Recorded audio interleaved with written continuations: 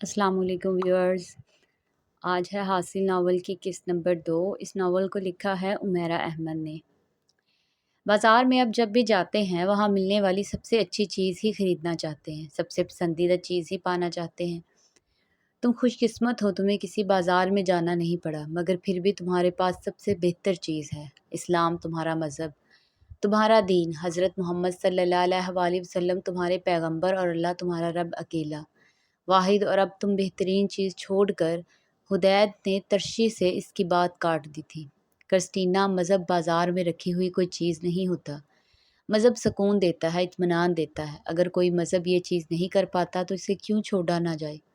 دوسرا مذہب کیوں نہ اختیار کیا جائے؟ یہ سارے مذہب خدا کے بنائے ہوئے ہیں، ہر ایک اللہ کی تلاش ہی کرواتا ہے۔ اس سے کیا فرق پڑتا ہے کہ میں مسلم رہوں یا کرسچن بن جاؤں یا پھر کوئی تیسرا مذہب اختیار کر لوں؟ فرق پڑتا ہے ہدایت، بہت فرق پڑتا ہے۔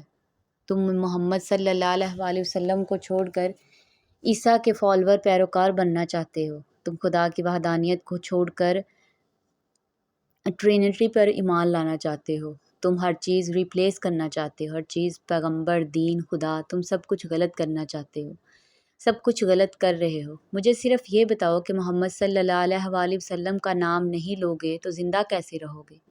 تم ان کے بارے میں سوچو گے نہیں تو سانس کیسے لوگے؟ تم ان کی جگہ کسی دوسرے کو کیسے دے دو گے؟ چرچ کے اوپر لگا ہوا وہ کراس نظر آ رہا ہے تمہیں پتہ ہے وہ کیا ظاہر کر رہا ہے؟ اگلی بار جب تم اپنے سینے پر کراس بناؤ گے تو پتہ ہے تمہیں کیا کر رہے ہوگے؟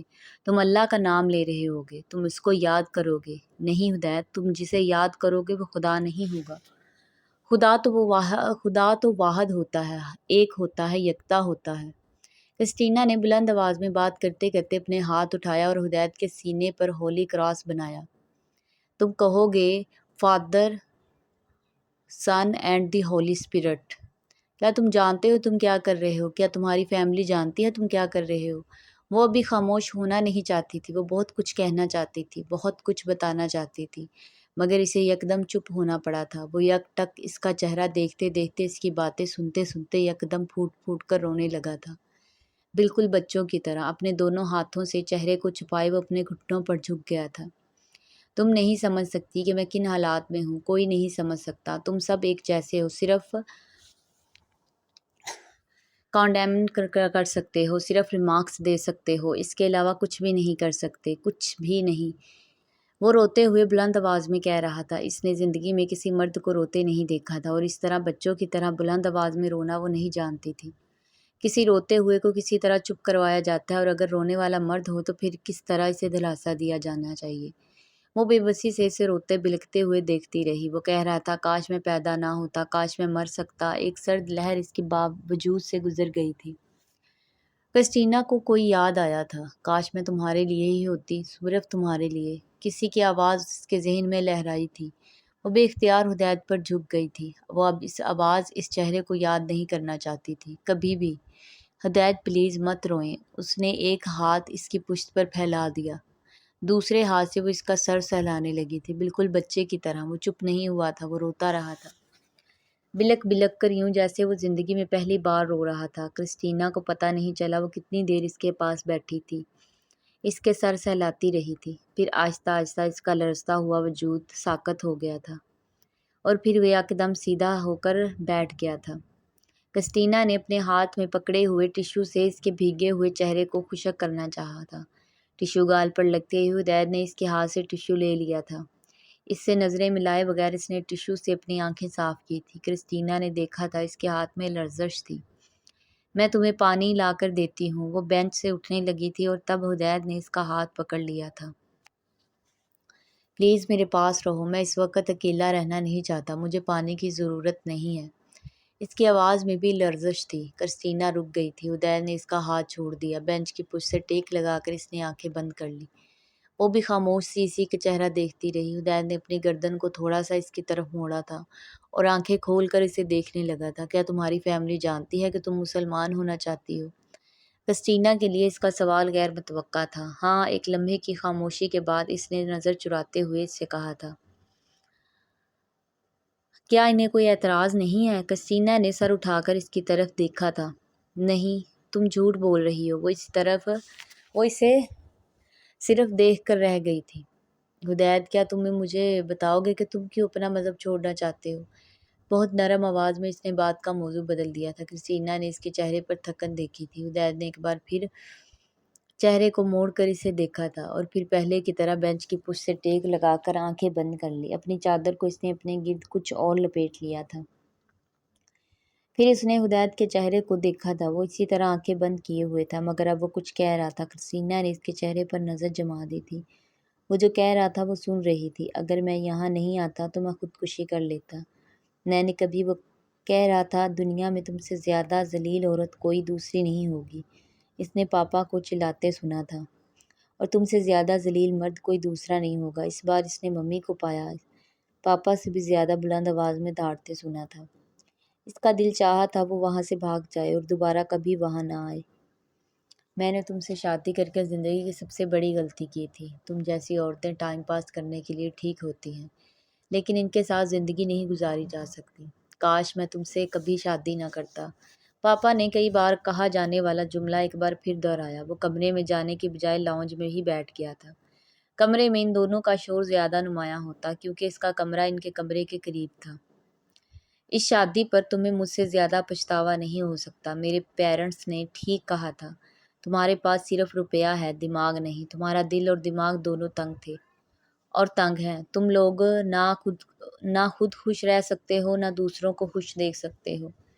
اصل میں تم جیلس ہوتے ہو کیونکہ اس شہر، اس ملک، مجھے جاننے والے لوگ تمہارے جاننے والوں سے زیادہ ہیں۔ جاننے والے یا چاہنے والے؟ ہدایت نے سر اٹھا کر کچن کے دروازے کو دیکھا تھا۔ وہاں ملازم کام میں مصروف تھے۔ اس نے اندازہ لگانے کی کوشش کی تھی کہ وہ کس حد تک باتیں سن سکتے تھے۔ اس کے والدین کی آوازیں یقیناً کچن تک جا رہی تھیں، مگر ملازمین کے چہرے پر کوئی تاثرات نہیں تھے۔ وہ حسب معمول کچن میں ادھر ادھر پھر کر معمول کا کام نپٹانے میں مصروف تھے۔ ان کے لیے آوازیں نئی نہیں تھیں۔ ہدایت کی طرح وہ بھی یہ سب کچھ کئی سالوں سے سنتے آ رہے تھے۔ ٹھیک ہے، چاہنے والے ہی سمجھ لو۔ تم جیسی تھرڈ کلاس ذہنیت رکھنے والے انسان سے کسی اچھی بات کی توقع کیسے رکھی جا سکتی ہے؟ یہ سب کچھ جو آج تمہارے پاس ہے، یہ اسی تھرڈ کلاس ذہنیت والے آدمی کی وجہ سے ہے۔ تم نے مجھ پر کوئی احسان نہیں کیا۔ جو تم نے مجھے دیا وہ ہر شوہر بیوی کو دیتا ہے، بلکہ اس سے بہت زیادہ دیتا ہے جتنا تم نے مجھے دیا ہے۔ آئی وش میں نے تمہیں کچھ نہ دیا ہوتا۔ میں نے تمہیں گھر کی ایک کمرے میں بند رکھا ہوتا، تمہیں کبھی باہر نہ جانے دیا ہوتا۔ اس نے پاپا کی بات پر ممی کا ایک طنزیہ کہکا سنا تھا۔ تم 20ویں صدی میں رہتے ہو بلال علی، 18ویں صدی میں نہیں۔ تم مجھے قید کیسے کر سکتے ہو؟ میری جیسی عورت کو ایک کمرے میں بند کر کے کیسے رکھ سکتے تھے؟ تم جانتے ہو جس سوسائٹی میں ہم موو کرتے ہیں وہاں تم زرشی کے حوالے سے جانے جاتے ہو۔ تمہاری اپنی کوئی پہچان نہیں ہے وہاں۔ میری وجہ سے تم کروڑوں کے کانٹریکٹ حاصل۔ اس نے پاپا کو ممی کی بات کاٹ کر چلاتے سنا تھا۔ میں تمہاری وجہ سے کچھ حاصل نہیں کرتا۔ تمہارے حوالے سے صرف بدنامی اور رسوائی ملتی ہے مجھے۔ تمہاری آوارگی کی وجہ سے لوگوں کے مذاق کا نشانہ بنتا ہوں میں تمہارے حوالے سے پہچانا جانا نہیں چاہتا۔ تم عذاب بن گئی ہو میری زندگی کے لیے۔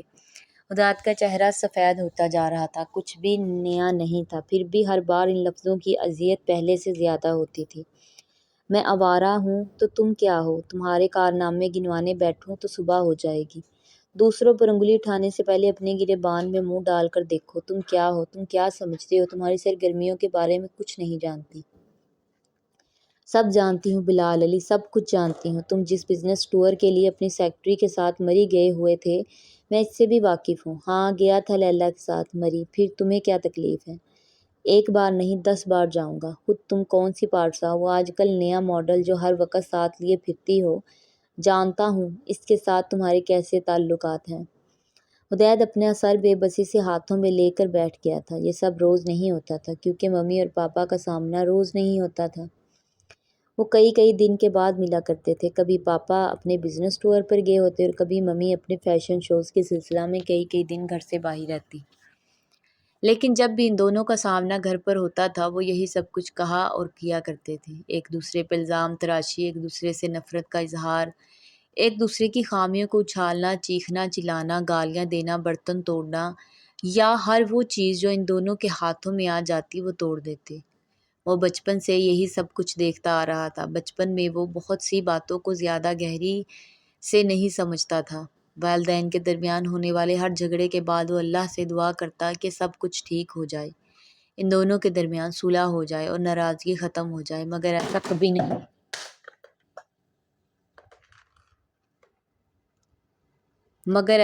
نہیں ہوا تھا، اور اگر ایسا ہوا بھی ہوتا تو صرف وقتی طور پر۔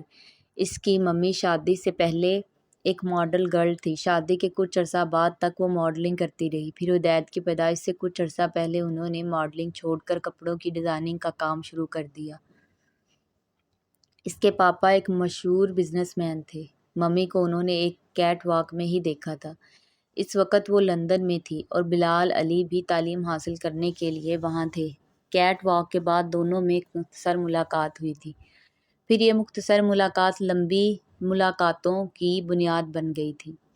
1.5 سال تک یہ سلسلہ چلتا رہا، پھر بلال علی نے باقاعدہ طور پر زرشی کو پرپوز کر دیا۔ زرشی کے والدین نے کچھ اعتراضات اٹھائے تھے کیونکہ وہ زرشی کو پاکستان میں سیٹل ہوتے نہیں دیکھنا چاہتے تھے اور بلال علی کو پاکستان ہی آنا تھا کیونکہ یہاں ان کی فیکٹریز تھی۔ زرشی نے اپنے والدین کے اعتراضات اور ناپسندی کے باوجود بلال علی سے شادی کر لی تھی کیونکہ اس وقت ان کے سر پر بلال علی کے عشق کا جنون سوار تھا۔ مگر بعد میں جب وہ باقاعدہ طور پر انگلینڈ چھوڑ کر پاکستان رہنے لگی تو انہیں احساس ہونے لگا کہ بلال علی ایک بہت ہی کنزرویٹو آدمی تھے، کم از کم بیوی کے معاملے میں، جبکہ بلال علی کا خیال تھا کہ اس نے زرشی کو جتنی آزادی دے رکھی ہے اتنی آزادی اس خاندان کی کسی دوسری عورت کو حاصل نہیں تھی۔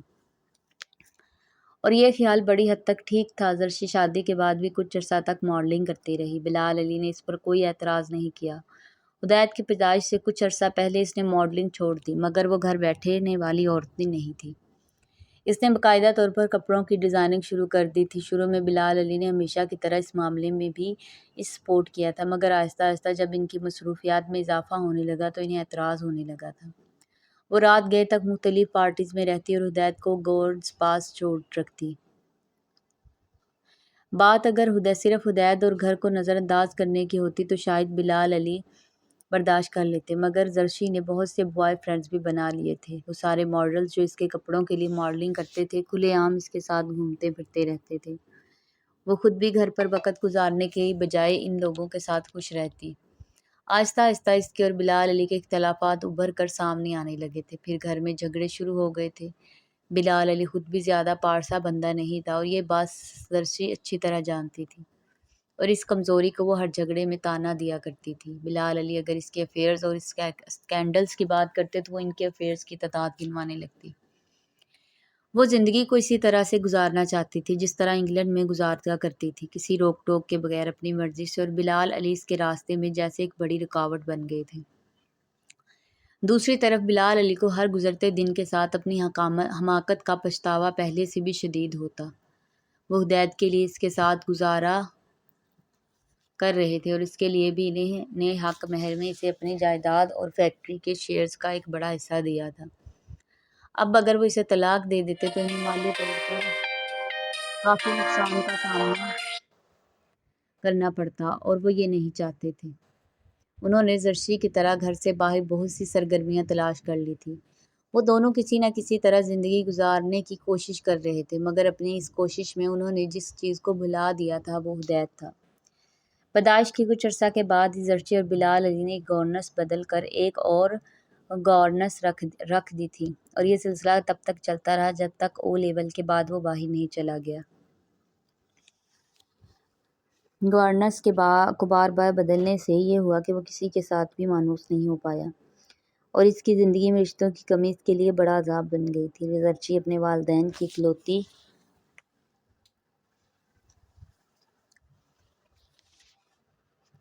اکلوتی اولاد تھا، اور بلال علی کی طرف 2 بہنیں تھیں جو دوسرے شہروں میں سیٹل تھیں۔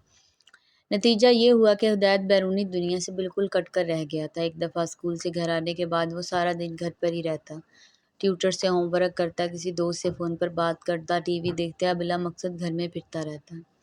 بعض دفعہ وہ کئی دن ماں باپ کا چہرہ بھی نہ دیکھ پاتا، کیونکہ صبح وہ جس وقت اسکول جاتا اس وقت وہ دونوں سو رہے ہوتے، اور جس وقت شام کو بلال علی فیکٹری سے واپس آتے اور زرشی اپنے بوتیک سے، اس وقت عموماً وہ اپنے ٹیوٹر کے پاس ہوم ورک کر رہا ہوتا۔ جب تک وہ ہوم ورک سے فارغ ہوتا تب تک بلال علی اور زرشی دوبارہ اپنی سرگرمیوں کے لیے گھر سے جا چکے ہوتے۔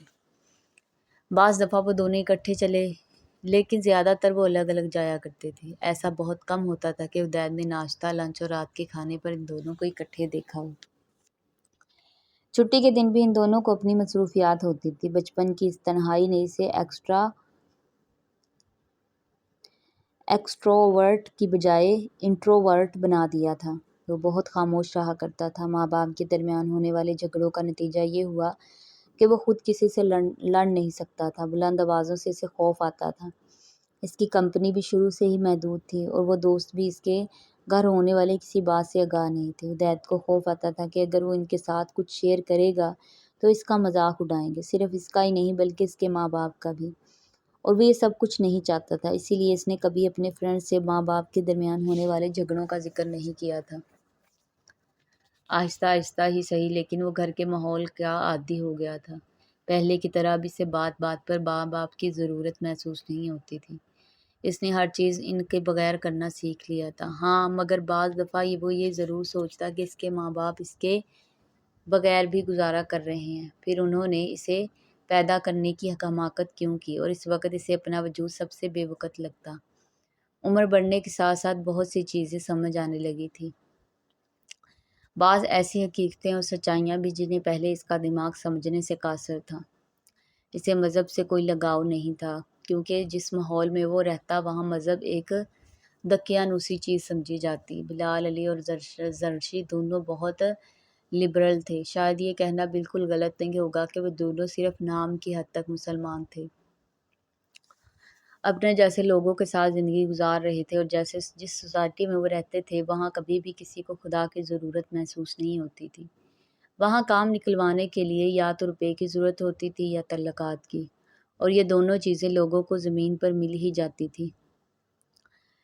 اس لیے کسی کو خدا کے سامنے گڑ گڑانے کی ضرورت ہی محسوس نہیں ہوتی تھی۔ بلال علی اور زرشی نے یہی مذہبی آزادی عدید کو بھی دی تھی۔ بچپن میں اسے ایک مولوی صاحب نے گھر آ کر قرآن پاک پڑھا دیا تھا۔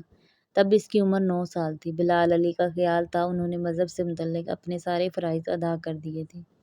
عدید نے کبھی بھی نماز پڑھنے کی کوشش نہیں کی تھی، مگر ہر بار جب اس کے امتحانات ہو رہے ہوتے، جب زرشی اور بلال علی میں بہت زیادہ جھگڑا ہوتا تو وہ لاشعوری طور پر خدا سے سب کچھ ٹھیک ہو جانے کی دعا ضرور کرتا، مگر کبھی بھی اسے یہ نہیں لگا تھا کہ اس کی دعا قبول ہوئی تھی۔ بلال علی اور زرشی کے جھگڑے ہمیشہ اسی رفتار کے ساتھ ہوتے رہے تھے، اور امتحان میں وہ ہمیشہ دوسری یا تیسری پوزیشن میں ہی لے پاتا۔ پہلی پوزیشن صرف ایک خواب ہی رہی تھی، مگر وہ پھر بھی اکثر خدا سے دعا ضرور مانگا کرتا تھا، خاص طور پر تب جب وہ بہت تنہائی محسوس کر رہا ہوتا، اور لیولز میں پہنچنے تک وہ بہت میچور اور سنجیدہ ہو چکا تھا، اور لیولز کے دوران ہی اس کی زندگی میں بھی ایک بہت بڑی تبدیلی آئی تھی۔ اس رات وہ کھانا کھانے کے بعد اپنے کمرے میں گیا تھا جب ملازم اس کے پیچھے ہی آ گیا تھا۔ آپ کا فون، اس نے عدید کو اطلاع دی تھی۔ عدید باہر لاؤنج میں آ گیا تھا۔ اس کے دوست اکثر اسی وقت فون کیا کرتے تھے۔ اس رات بھی اس نے یہی سوچ کر فون اٹھایا تھا کہ اس کے کسی دوست نے اسے رنگ کیا ہوگا، مگر ریسیور سے آنے والی آواز سن کر اسے جھٹکا لگا تھا۔ وہ کوئی لڑکی تھی۔ ناول کا یہ ایپیسوڈ اگر آپ لوگوں کو پسند آیا ہے تو کامنٹ سیکشن میں ضرور بتائیے گا، اور آنے والی ایپیسوڈ تک کے لیے اللہ حافظ۔